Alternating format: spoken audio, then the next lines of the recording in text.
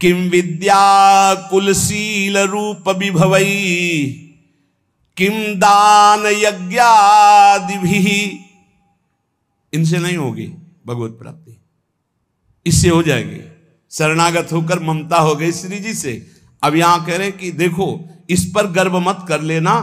किम विद्या कुलशील रूप विभवई किम दान यज्ञादिभिः किम विख्याति सतई किमग्र तपसा किम न्यास योगादिभिः किम तत्वानुभवेन विष्णु भजनैः किम तस्य वात्यद्भुते यो वृंदावन ईश मोहन रसे प्यासीन सर्वस्वधी।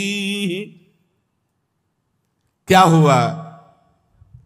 यदि तुम बहुत विद्वान हो और निरंतर भजन नहीं करते, भोग सामग्री रुपया पैसा संसार यश कीर्ति कुछ नहीं तुम्हारी विद्या किसी काम में नहीं आएगी। किम विद्या किसी काम में नहीं आएगी, पक्का नहीं आएगी। बहुत वैसे शब्दों से कहा गया है कि जैसे गधे की पीठ में ईंट लाद दो या चंदन लाद दो या वेद लाद दो, उसको भार ढोने से मतलब। ऐसे ही बुद्धि में केवल विद्या है, उसका प्रयोग नहीं है। कामादि शत्रु पर विजय प्राप्त नहीं की, हृदय निरंतर भगवदाकार वृत्ति में नहीं गया, तो विद्या किस काम की जो अविद्या को नष्ट ना कर दे। केवल विद्या है, अविद्या का नाश होकर के ब्रह्म विद्या जागृत नहीं हुई या पराविद्या, तो फायदा क्या हुआ ऐसी विद्या का? बहुत ऐसा है। किम विद्या, किम विद्या क्या है? अर्थ के कारण अनर्थ उत्पन्न कर दिया चित्त में। ये देखी हुई बात कह रहे हैं, सुनी हुई बात नहीं कह रहे। क्या विद्या, किस काम की विद्या रही तुम्हारी? और भी बात, ये महापुरुषों के वचन हैं। किम कुलम, बहुत ऊंचे कुल में तुम्हारा जन्म हुआ और भजन नहीं किया तुमने, भगवत आराधना नहीं की, तो तुम्हारा वो अहंकार तुम्हें नरक ही ले जाएगा, कुछ नहीं होने वाला उससे। ध्यान रखना। राजसु यज्ञ में महाभागवत स्वपच की पूजा करवाई वाल्मीकि स्वपच की। क्यों? क्योंकि जहां दैन्य है भगवत भक्ति वो सबसे बड़ा। अहोबत स्वपच तो गरियान यज्ञाग्ञे वर्तते नाम तोभ्यम। वो स्वपच भी सर्वश्रेष्ठ परम पूजनीय है जिसकी जिह्वा पर भगवान का नाम है। प्रहलाद जी ने कहा है कि सब गुणों से युक्त ब्राह्मण है और भजन नहीं करता, मनमानी आचरण, शास्त्र विरुद्ध आचरण, तो किम कुलम, क्या उससे प्राप्त हो जाएगा? तीसरी बात कह रहे, बहुत रूप है, बहुत वैभव है, बहुत शालीनता दिखाई दे रही, लेकिन भजन नहीं प्रभु का। चित्त वृत्ति को संसारिकता से हटाकर प्रभु में लगाते हुए अपने सांसारिक कर्तव्य का पालन करना भगवत प्राप्ति का हेतु होता है। नहीं तो कह रहे किम विभवई किम रूपम, ये तुम्हारा पद, तुम्हारा रूप, तुम्हारा वैभव किस काम में आएगा? अगर आपको लगता है कि पत्नी भजनानंदी है, तो जीव अपने भजन के प्रताप से ही भगवत प्राप्ति करता है, पत्नी के भजन से नहीं। पति भजन करेगा तो पत्नी को तो, लेकिन पत्नी भजन करेगी तो पति को नहीं। ये ध्यान रखना। पाणी ग्रहण में नीचे हाथ होता है पति का, ऊपर पत्नी का होता है। आप भार ले रहे हैं, इसलिए आपको हिसाब देना। अगर पत्नी भजन करेगी तो भगवान को प्राप्त होगी, आप भजन नहीं करोगे तो नरक को प्राप्त होगी, पक्की बात है। और आप भजनानंदी हो, पत्नी आपके प्रतिकूल आचरण करेगी तो वो नरक जाएगी, और अगर अनुकूल आपकी सेवा में भगवत भाव से लगी है तो उसका यही भजन उसको भगवत प्राप्ति करा देगा। सिद्धांत को समझना है। और ऐसा नहीं है कि जैसे कहा जाता है कि एक जन्म नहीं है तो 7 जन्म का बंधन है, नहीं कहा जाता बंधन। अरे 7 सेकंड का तो भरोसा नहीं। दुनिया में लाखों का मेला जुड़ा, हंसा जब जब उड़ा अकेला उड़ा। ये नहीं आएगा कि थोड़ा ये साथ ही विमान में बैठा ले, ऐसा नहीं होगा कि पत्नी पुत्र परिवार इस जगत के नाटक मंच पे है, जहां ये शरीर छूटा सबका अलग अलग हिसाब किताब अपना है। ऐसा थोड़ी कि जैसे एक लड़का लड़की प्यार का नाटक करके देखा कि नहीं मिल पाएंगे, बोले जहर खा लो तो जन्म जन्म के साथी बन जाएंगे। अरे सारे प्रेत बनोगे, नरक में जाओगे, जन्म जन्म क्या क्या जानते हो जन्म जन्म? हाँ, एक बात हो सकती है, दोनों मिलकर डट के भगवान का भजन करो, भगवान से प्रार्थना करो, तो दोनों भगवान के धाम में, जैसे हमारे गुरुदेव भगवान सहचरी बप्पू और उनके प्रसाद से अपने लोग, तो वहां सब पता चलता है मेरे गुरुदेव, जैसे अभी गुरुदेव भगवान वैसे वो उस समय भी गुरु रूपा सहचरी के हर समय साथ रहेंगे। हमारे साथ रहना है, वैसे ही आनंद लेना है, तो श्यामा श्याम का भजन करो, एक ही साथ चलेंगे, एक ही जगह प्रोग्राम होगा और एक ही जगह बैठ के प्रसाद पाएंगे, एक ही इष्ट के साथ खेलेंगे। और क्या, इतनी बड़ी जगह है कि पूरा विश्व चला जाए तो भी जगह बनी रहेगी। और इतना बड़ा प्रताप है कि हर उपासक को यही अनुभव होता है कि मेरे प्रिया प्रीतम सामने दर्शन और सबको सेवा। सोचो, सबको सेवा, अरे बड़ा दिव्य, वो बुद्धि की बस की बात नहीं। श्यामा श्याम का भजन करोगे तो जिसके साथ रहना चाहोगे वो भी पहुंच जाएगा, वो साथ ही भजन करो दोनों। अगर पति पत्नी दोनों श्यामा श्याम का भजन करें तो दोनों सहचरी बप्पू से श्री जी की सेवा में पहुंच जाएंगे। पर ये बोध थोड़ी रहेगा कि ये पति पत्नी, गुरु शिष्य का तो बोध रहेगा, क्योंकि सच्चिदानंद में कि मेरी गुरु रूपा सहचरी है, ये बोध रहेगा, पहचान रहेगी। लेकिन वहां पति पत्नी सांसारिक संबंध नहीं रहेगा, पर रह सकते हैं दोनों वहीं श्री जी की सेवा में सखी स्वरूप से, या भगवत धाम में हरि पार्षद रूप से। तो कह रहे रूप विभव पद प्रतिष्ठा ये तुम्हें भगवत प्राप्ति नहीं कराएगी, नहीं, यहीं सर हो, भजन नहीं करोगे तो वहां थोड़ी सर माने जाओगे। नहीं, जब मुजरिम बना करके तुम्हें ले जाया जाएगा तो वहां साहब वाली थोड़ी मिलेगी। देवराजेंद्र के पद में है, त्रिभुवन के सर हैं, और फिसल गए तो सर्प बनाए गए। अब सर्प बन के वहां देवता थोड़ी उनको सर बोल रहे, नहीं नहीं, अब तो भूखे प्यासे तड़प रहे, कभी कोई फंस गया तो लील गए तो पेट का पोषण हुआ। महाराज नहुष इसलिए कह रहे कि रूप विभवई, बड़े रूपवान, बड़ा वैभव, बड़ा, किस काम में आएगा? किसी बात का गर्व मत करो, जवान हो, रूपवान हो, बलवान हो, ये 4 दिन की चांदनी, फिर ऐसा समय आएगा कि अकेले उठकर सीढ़ी भी नहीं चढ़ पाओगे। जब हम हर चीज का मनन का स्वभाव रहा है, इसलिए ये जो महापुरुष कह रहे हैं उसे समझो। किम दानम, क्या तुम्हारे पास दान देने की सामर्थ्य? हर समय वासना का भूत चढ़ा रहता है, तू दानी, दानी तो हरि है, सबसे बड़े दाता, अनंत ब्रह्मांडों को दे रहे हैं, तुम उनको क्या दे दोगे? भगवान को क्या दे दोगे? बहुत विचित्र। और अगर बढ़िया दानी भी हो तो कोई खास बात नहीं, जरा सी बात बिगड़ गई तो गिरगिट बन के कुआं में पड़े थे महाराज नृग। ये दानियों में बड़े बड़े याज्ञिक और बड़े बड़े तपस्वी जिस पद की पूजा करते हैं वो देवराजेंद्र का पद है, वहां दुर्दशा क्या होती तुम्हें क्या पता। जब वैसे तो बहुत महिमा है, लेकिन जब देखो ना शास्त्रीय दृष्टि से तब पता चलेगा। इसीलिए श्रीपाद बोल रहे हैं, किम विद्या किम कुलम किम शील रूप विभवई किम दान किम यज्ञादि भी और किम विख्याति सतई। तुम्हारा बहुत यश है तो किस बात का? अगर भजन नहीं है, हो गया, पुण्य प्रताप से यश होता है, पूर्व का पुण्य जो है वो यश फैलाता है। अगर वर्तमान में भजन नहीं तो वो खत्म हो जाएगा जाना, तो ऐसे ही जैसे हाइलोजन नहीं फ्यूज हो जाता है, ऐसे होते रहते हैं। पूरा विश्व जय जय जय, फिर उठा के नालियों में फेंक देते छवियां। अगर वर्तमान में भजन नहीं, वर्तमान में भगवद आराधना नहीं, तो पूर्व का जो तप और पुण्य संचय उससे वाह वाह होगी, और इसके बाद फिर चारों खाने चित्त। ये माया है, बर्दाश्त किसी की नहीं करेगी। और अगर भजन वर्तमान में हो रहा है, नाम जब वर्तमान शब्द पर ध्यान दीजिए, वर्तमान में तुम्हारा चरित्र पवित्र है, तुम्हारा नाम जप हो रहा है, तो बिस्तरे सब जग विमल कीरति साधु संगति ना टरे, बास वृंदा विपिन पावे श्री राधिका जो कृपा करें। जय जय श्री हरिवंश नाम गुण गाई है उसकी स्थिति। किमुग्र तपस्या, बहुत बड़े तपस्या कर लिया तो क्या हुआ? अगर भगवान की शरणागति नहीं, भजन नहीं, तो देखो ना अम्बरीश जी महाराज बड़े महान भजनानंदी महाभागवत, और उनको मिटाने के लिए चले थे महान तपस्वी दुर्वासा जी, तो क्या गति हुई, त्रिभुवन में भागे घूमे। तो कह रहे अगर विशुद्ध भक्ति नहीं तो किम उग्र तपस्या, बहुत बड़ी उग्र तपस्या है तो उससे क्या हुआ? एक तपस्वी को बहुत अभिमान हो गया कि मेरी तपस्या तो ऐसी है कि मैं पूरे विश्व को खरीद सकता हूं। तपस्या की थी। अब वो जिस महात्मा से देखो उसी से अकड़ दिखा रहे थे। तो जिस जंगल में रहते थे उस जंगल के सरोवर को सुखा दिया भगवान ने, और वर्षा हुई नहीं। अब वो प्यास से व्याकुल हो गए।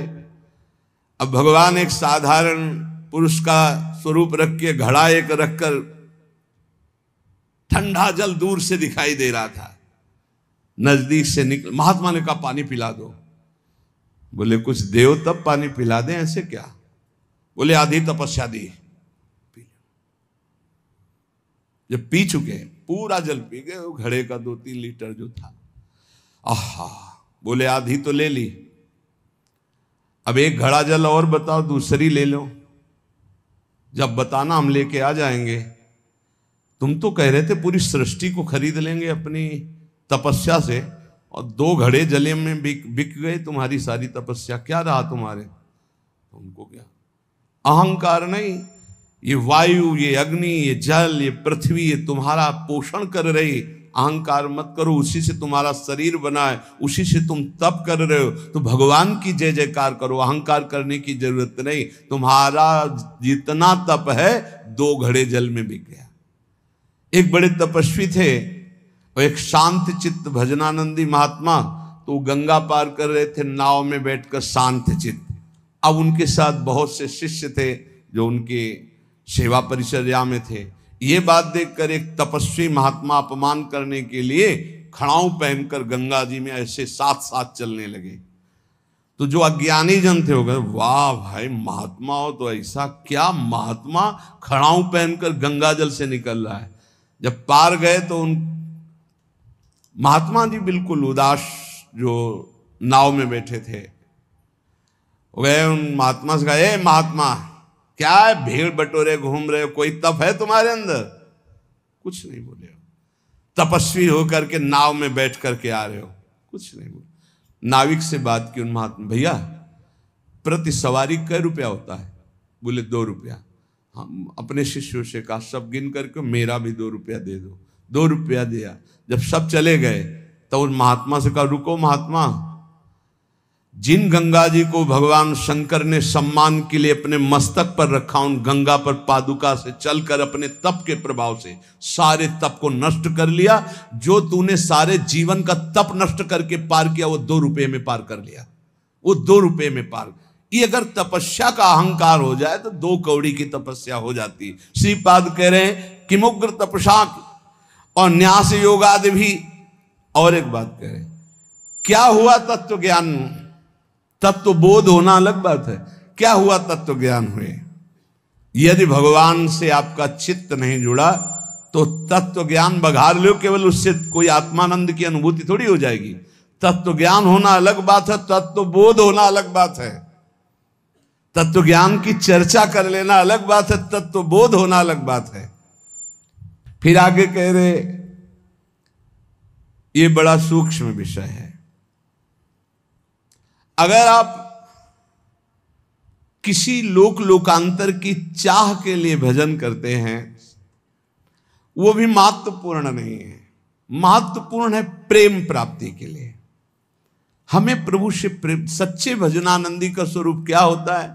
हमारा भजन कभी छूटे ना, और इसका फल ये हो कि जिनका हम भजन करते हैं उनकी स्मृति में हम तड़पे रोएं।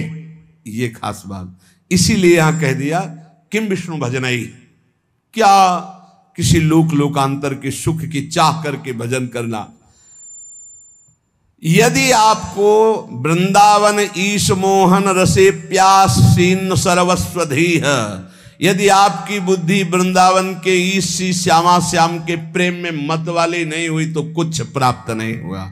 जीवन का सार भगवत प्रेम, क्योंकि प्रेमी महापुरुष है। भगवत प्रेम, तत्वबोध भी आत्म प्रेम है, उसमें मुझे कोई संशय नहीं। तत्व ज्ञान और तत्व बोध होना बड़ा अंतर है। जैसे हलवा बनाने का ज्ञान हो जाना और हलवा बना करके खा लेना, इतना अंतर है। तत्व ज्ञान हलवा बनाने का ज्ञान हो जाना, और तत्वबोध हलवा बनाकर खाकर उसका स्वाद ले लिया, वो तत्वबोध। श्री भर्तृहरि जी महाराज कहते हैं कि मुझे लगा था कि मैं बहुत ज्ञानी हूं, संतों के वचन बहुत अमृत में होते हैं। कह रहे हैं कि यदा किंचित ज्ञोहम द्विपयु मदांधा समभवम, मुझे लग रहा था कि मैं चक्रवर्ती सम्राट हूं, मैं बहुत पुण्यवान हूं, मैं बहुत महात्मा हूं, मैं बहुत ज्ञानी हूं। तदा सर्वज्ञोस्मीत्य भवदव लिप्तम मम मनः यदा किंचित किंचित बुधजन सकाशाद वगतम तदा मूर्खोस्मीति जो इव मदी मदो में व्यपगता। आज मुझे पता चला कि मैं मूर्ख हूं। मुझे लग रहा था मैं ज्ञानी हूं, मैं चक्रवर्ती सम्राट हूं, मैं मदोन्मत्त हो रहा था, लेकिन जब मुझे इस संसार का रहस्य पता चला तो लगा मैं मूर्ख हूं।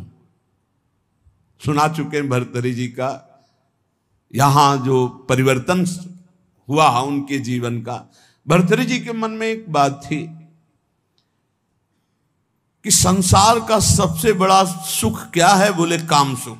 अंदर देखा, बहुत विवेकवान थे, उन्होंने अपने अंतःकरण को देखा कि संसार का सबसे बड़े मांग सुख क्या है, काम सुख पाया। और वो अपने अंदर पाया कि मेरे अंदर भी काम सुख है। तो चक्रवर्ती सम्राट, इनके मन में आया कि फिर हम ऐसा काम सुख पूर्ण क्यों न कर ले जिससे हमारे मन की इच्छा शांत हो जाए। तो उन्होंने, चक्रवर्ती का मतलब होता है कि बहुत से राजाओं के ऊपर जो बादशाह, उन्होंने पूरे अपने देश में सब सुंदरियां आवे और मैं उनमें से देखकर उनका वर्ण करूंगा। तो विश्व की सुंदरियां सब एकत्रित हुई, उनके माता पिता सब लाए, क्योंकि महाराज भर्तृहरि जी वर्ण करेंगे पत्नी रूप में। सबको देखा, एक पिंगला नाम की सर्वांग सुंदरी भर्तृहरि जी की वहां जम गई और कहा कि आप मुझे अपने पति रूप में स्वीकार करेंगे। तो उसने कहा हमारा अहोभाग्य, बहुत भागवतिक रीति से जो शास्त्रीय पद्धति है पाणिग्रहण संस्कार हुआ। अब ये तो जो भागवतिक पुरुष होते हैं उनके स्वभाव में कुछ अलगाव होता है संसारिक पुरुषों से। वो जिस पे लगेंगे एकदम तन्मय होके लगेंगे, जिस पे लगेंगे। अगर वो भोग में भी लग गए तो उनके जैसा कोई नहीं होगा। आसक्त पुरुष मतलब ऐसा कोई विषयी पुरुष नहीं होगा, स्वभाव होता है।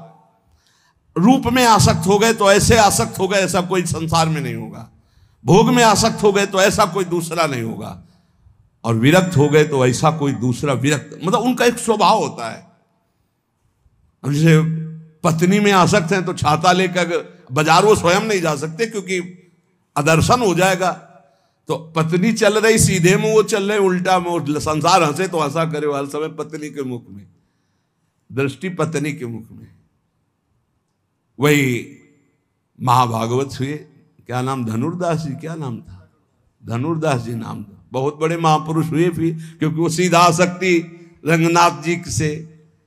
तो ऐसा होता है। भर्तृहरि जी बहुत बड़े महापुरुष हैं। अब जीवन का राग उनके हृदय में काम में देखा कि काम स्त्री आसक्ति, विश्व सुंदरी, सर्वांग सुंदरी पिंगला। उन्होंने ऐलान कर दिया राजकाज विक्रमादित्य देखेंगे, मैं इस बात का अनुभव करूंगा कि क्या सुख इसमें है। क्योंकि बताया ना, अलग खोपड़ी होती है। जो भागवतिक महापुरुष होते हैं उनका चिंतन ही अलग होता है। बड़ी ही सुंदर पत्नी बिल्व मंगल जी की पातिव्रत धर्म से, एक बार नहीं देखा। वो आसक्त चिंतामणि में तो आसक्त, अलग खोपड़ी होती है। अब रात दिन केवल महाराज भर्तृहरि और पिंगला और हर खान पान की व्यवस्था, बस पर्दे के अंदर सामग्री रख दो, जाओ। कोई प्रश्न उत्तर नहीं, कोई राष्ट्र की बात नहीं, कोई समाज की बात नहीं।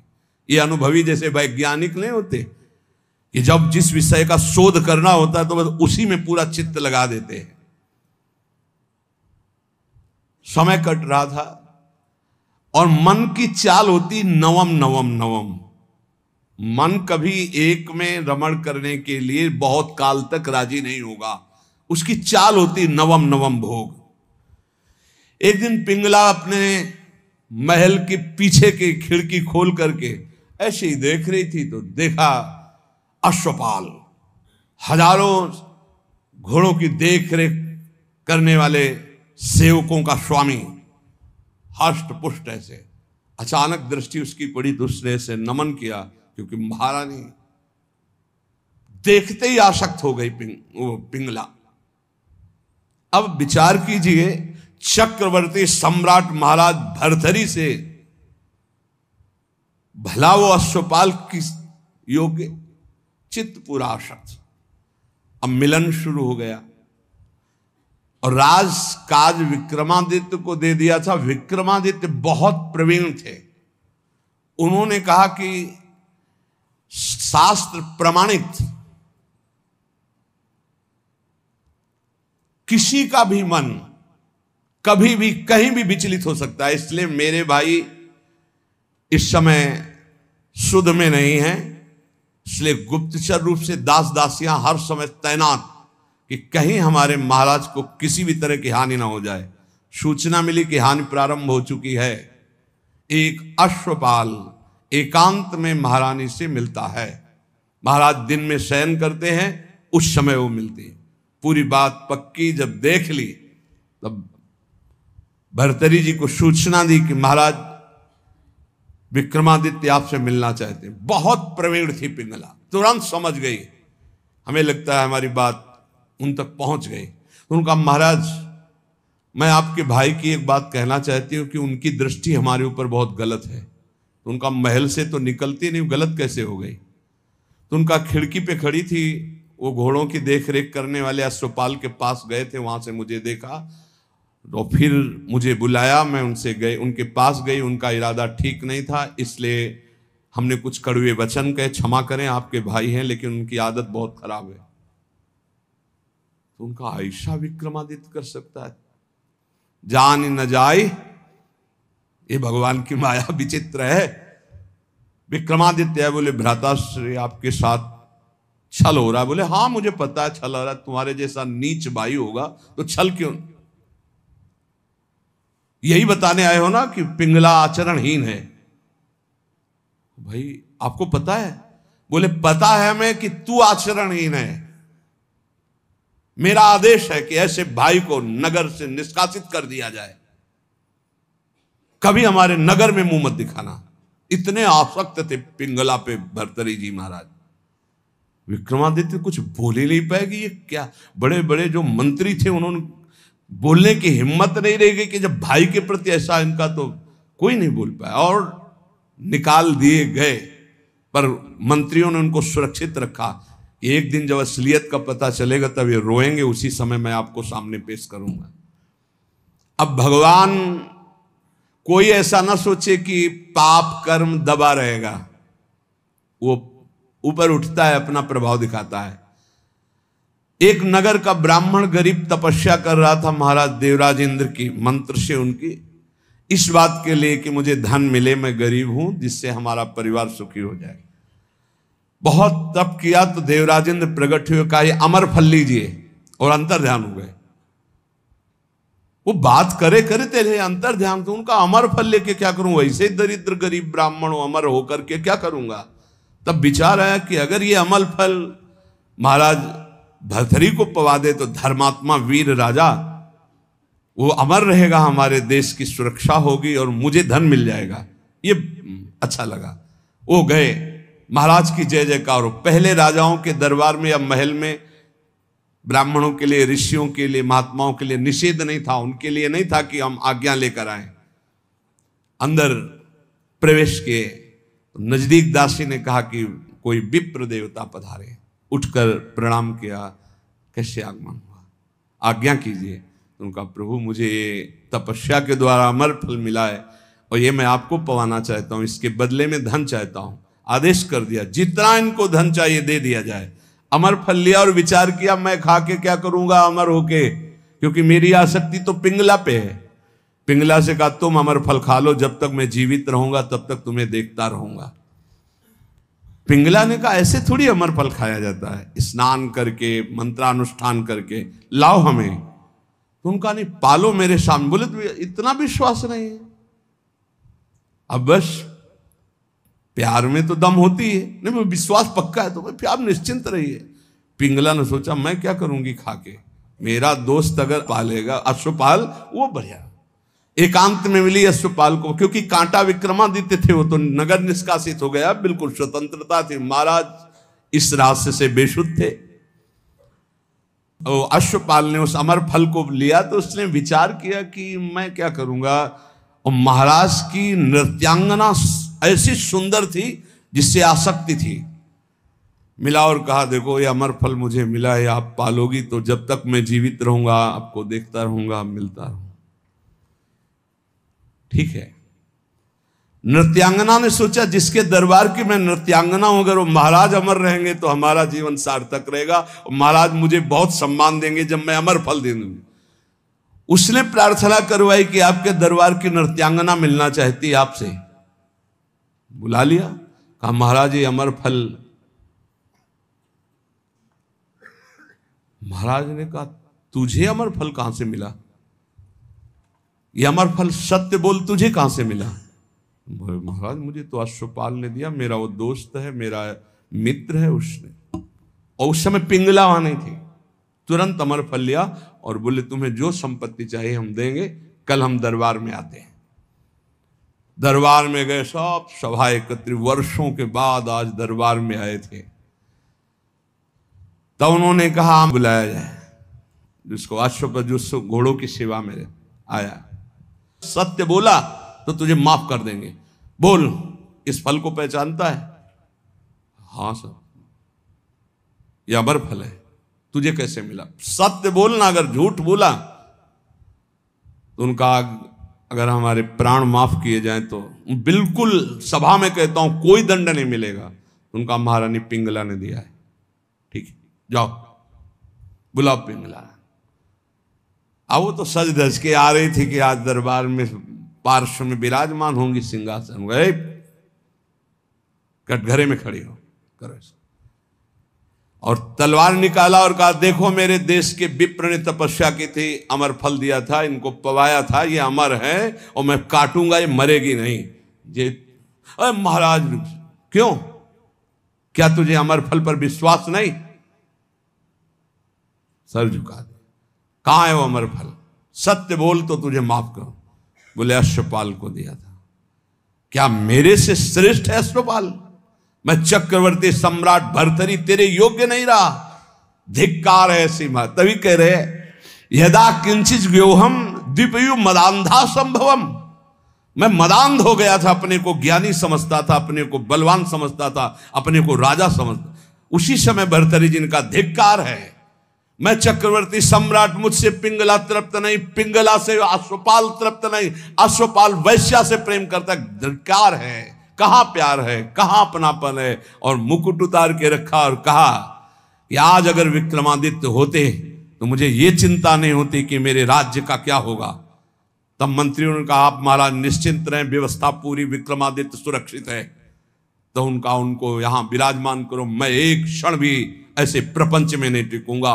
महावैराग्यवान होकर भर्तरी जी के श्लोक बैरागियों के अमृत है। वो कह रहे हैं कि मैं बिल्कुल अज्ञानी था, मदोन्मत्त मदांध था। उस समय मेरा मन यही सोच रहा था कि मुझे बहुत ज्ञान है, मैं बहुत प्रवीण हूं। लेकिन आज जब भगवान शंकर की कृपा से ज्ञान हुआ तब मुझे लग रहा है कि मैं घोर अज्ञानी, घोर विषयी मदांध था। मेरा अहंकार दूर हो गया कि मुझे ज्ञान था। आज असली ज्ञान हुआ मुझे। भर्तरी जी कह रहे एषाम न विद्या न तपो न दानम ज्ञानम न शीलम न गुणो न धर्मा ते मर्तुलोके भुवि भार भूता मनुष्य रूपेण मृगाश्चरन्ति। जिनमें न भागवतिक विद्या है, न भगवत तत्व का ज्ञान है, न शील है, न गुण है, न भागवतिक धर्म है, तो मृत्यु लोक में पृथ्वी में भार बने हुए मनुष्य रूप में वो पशु हैं साक्षात। न भजन है, न धर्म है, न राष्ट्र सेवा, न भगवत सेवा, न समाज सेवा। बोले पशु हैं साक्षात। मनुष्य रूपेण मृगाश्चरन्ति, रूप तो मनुष्य का है लेकिन पशु है, राक्षसी भाव है। जाड्यम धियो हरति सिंचति वाच सत्यम, मानोन्नतिम दिशति पापमपा करोति, चेतः प्रसादयति दिक्षु तनोति कीर्तिम, सत्संगति कथय किम न करोति पुंसाम। यदि संत पुरुषों का संग मिल जाए तो किसका नहीं उपकार हो जाएगा, अर्थात किसका नहीं मंगल हो जाएगा, अर्थात सबका हो जाएगा। क्योंकि संत पुरुषों के संग से बुद्धि की मूर्खता का अपहरण होता है, जड़ता का अपहरण होता है। सत्संग से वाणी में सत्य का संचार होता है, सत्संग से सबको सम्मान देना आता है, सत्संग पाप को दूर करता है, सत्संग चित्त को आह्लादित करता है, क्योंकि चित्त से वो प्रभु का चिंतन करता है और समस्त दिशाओं में कीर्ति फैल जाती है सत्संगी महापुरुष की। इसलिए धन्य है जिसको सत्संग प्राप्त हो गया। भोगा न भुक्ता वयमेव भुक्तास, तपो न तप्तम वयमेव तप्ताः, कालो न यातो वयमेव यातास, तृष्णा न जीर्णा वयमेव जीर्णा। हमने भोगों को नहीं भोगा, भोगों ने हमको भोग लिया, किसी काम का नहीं रखा। तप नहीं किया, तप्त होते रहे, जलते रहे। काल व्यतीत नहीं हुआ, हमारा जीवन व्यतीत हो गया। तृष्णा नहीं मरी, हम जीर्ण हो गए, वही भोग वासना। इसलिए भक्तिर्भवे मरण जन्म भयम हृदिस्थम, स्नेहो न बंधुस न मन्मथला विकारा, संसर्ग दोष रहिता विजना वनांता, वैराग्य मस्तिकिमतः परमर्थ नियम। सबके आदि कारण भगवान का भजन करो, मान लो मेरी बात, वही तुम्हारे हृदय से जन्म मृत्यु का चक्र मिटा देंगे। यहां कोई तुमसे प्यार नहीं करता, भर्तरी जी कह रहे, उनका अनुभव। ना कोई तुम्हारा या भाई है, न बंधु है, न कुटुंबी है, न पत्नी है, न पुत्र है। केवल माया ममता का विकार रचकर तुम्हें भगवत प्राप्ति से विमुख करने का नाटक कर रही है। हृदय में एक काम विकार का अभाव कर दो, कुछ नहीं है इसमें, केवल माया नाटक के द्वारा समय नष्ट कर रही है। कामिनी के कमनी कलेवर को देखकर जिसका मन आसक्त हो गया वो क्या करेगा। ये संसारिक लोग केवल शरीर संसर्ग जनित सुख में ही अपने जीवन को नष्ट कर देते हैं, वो परमात्म सुख को नहीं जानते। ये शरीर कोई अपना थोड़ी है, इसमें कोई सुख है। बहुत विचित्र है, प्रवचन कर लेना सरल है, सुन लेना सरल है, आसक्ति हटाना कठिन है। शरीर अविद्या है, केवल अविद्या। ये जो आप देख रहे हो, अविद्या का भोग ही एक लक्ष्य बना हुआ शरीरधारियों में। परम विद्या भगवान के आनंद की हमारे अंदर मांग है, इसलिए हर भोग के बाद हमें घृणा हो जाती कि यार शायद इसमें सुख नहीं, शायद इसमें सुख हो, इसमें सुख नहीं। पूरा जन्म जन्मांतर व्यतीत होते गए, आज तक नहीं वो मिला सुख, क्योंकि हमारे अंदर जो मांग है वो परमात्म सुख है।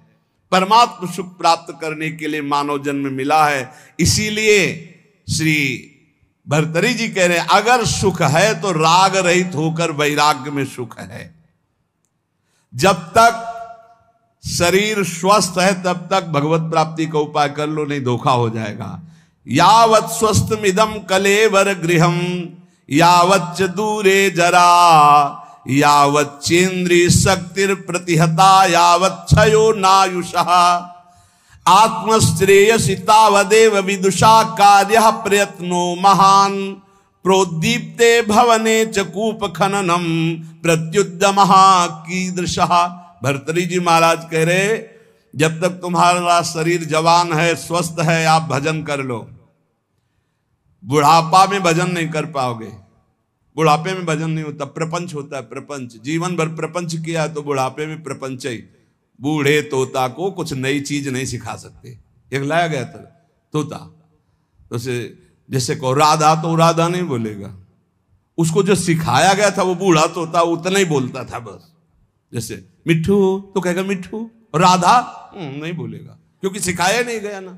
ये प्रपंच सीखे हुए मन बुद्धि पूरे जीवन, अब उनको बुढ़ापा में कहो राधा, तो बुढ़ापा में राधा थोड़ी बोलेंगे। देख लो जब बूढ़े बैठे हो, देखना ये बात अच्छे से समझ लो। बूढ़ा तो होता राम राम नहीं रटता, राधा राधा नहीं रटता। तो कह रहे जब बुढ़ापा आ जाएगा तो भजन नहीं होगा, जवानी में भजन नहीं करोगे तो बुढ़ापा भजन नहीं होगा। सुन लो, जो जीवन में भजन किए बुढ़ापा में भी भजन करेंगे, जो जवानी में भजन नहीं किए बुढ़ापा में नहीं कर पाएंगे। पक्का समझ लो, पक्का नहीं कर पाएंगे। बातें चाहे जितनी बना ले, भजन की पद्धति जवानी में सीखी जाती है, बचपन से। ये बहुत बढ़िया कृपा हो गई, आप लोग सब नौजवान भजन में लगे हो। अगर इस समय अपनी निरंतर भजनाकार वृत्ति कर लो ना, तो जैसे आगे चल करके भजन करना थोड़ी पड़ता है, नहीं, वो चलता रहता है। बड़ा आनंद, क्षण क्षण रुदन करन, ऐसा आनंद प्रकट होता। मान लो जो आनंद की खोज कर रहे हो कहीं नहीं, सिर्फ भजन में मान लीजिए, प्रार्थना मान लीजिए, सब सुख आपको घेर लेंगे। क्योंकि माधव की चेरी माया है, और आप माधव का भजन करते हो तो माया आपकी सेवा में हो जाएगी, और माया की तरफ माधव को छोड़कर चलोगे फिर नहीं चल पाओगे। पक्का समझ लीजिए, अगर हरि को छोड़कर तुम माया को भजना शुरू कर दोगे तो कुछ हाथ नहीं लगेगा। हरि को पकड़ लोगे तो, पर हरि को कोई नहीं पकड़ना चाहता। पक्का बहुत बड़ी माया के प्रभाव, प्रलोभन प्रवृत्ति है, हरि को एक क्षण में छोड़ देगी। एक बार नारायण भगवान ने कहा लक्ष्मी जी से कि देखो प्रभाव तो हमारे ही जोर का है। तो लक्ष्मी जी ने कहा वैसे हम आपके ही प्रभाव से प्रभावित है, लेकिन दुनिया में हमारा ही प्रभाव है। बोले हमारा तो विश्वंभर नाम है, पूरे विश्व का भरण पोषण तो मैं करता हूं। विनोद हो रहा था लक्ष्मी नारायण जी का। तो लक्ष्मी जी ने कहा जहां चाहो तहां तुम अपना प्रभाव दिखा के देखो, फिर हम अपना प्रभाव दिखा के अगर आपको हटा न दे तो बताना। भगवान ने कहा हटा तो तुम नहीं सकती। तो लक्ष्मी जी ने कहा धक्का लगवा के हटा देगी। बोले चलो अब हम तय करते हैं। तो एक ध्यान में देखा, एक बहुत संतों की सेवा करने वाला भगत, उसके यहां सन्यासी बन के भगवान गए। देवी देखा, साष्टांग दंडवत किया, चरणामृत उतारा, तखत पे आसन लगाया, बैठारा। महाराज बस कुछ क्षण रुको, अभी भिक्षा बन रही थी। भिक्षा इतने खांसती हुई एक लकड़ी ली हुई बूढ़ी का रूप रख के लक्ष्मी जी गए।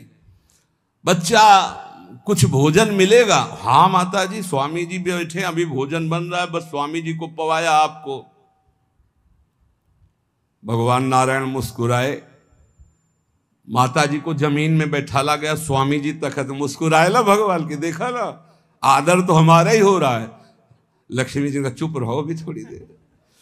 आए तो स्वामी जी अपन नारियल का खप्पर, लक्ष्मी जी ने कहा बच्चा हम बर्तन अपने पास रखती, झोली बढ़िया रत्न जटित, सोने की थाल, सोने की कटोरियां, ऐसे चांदी।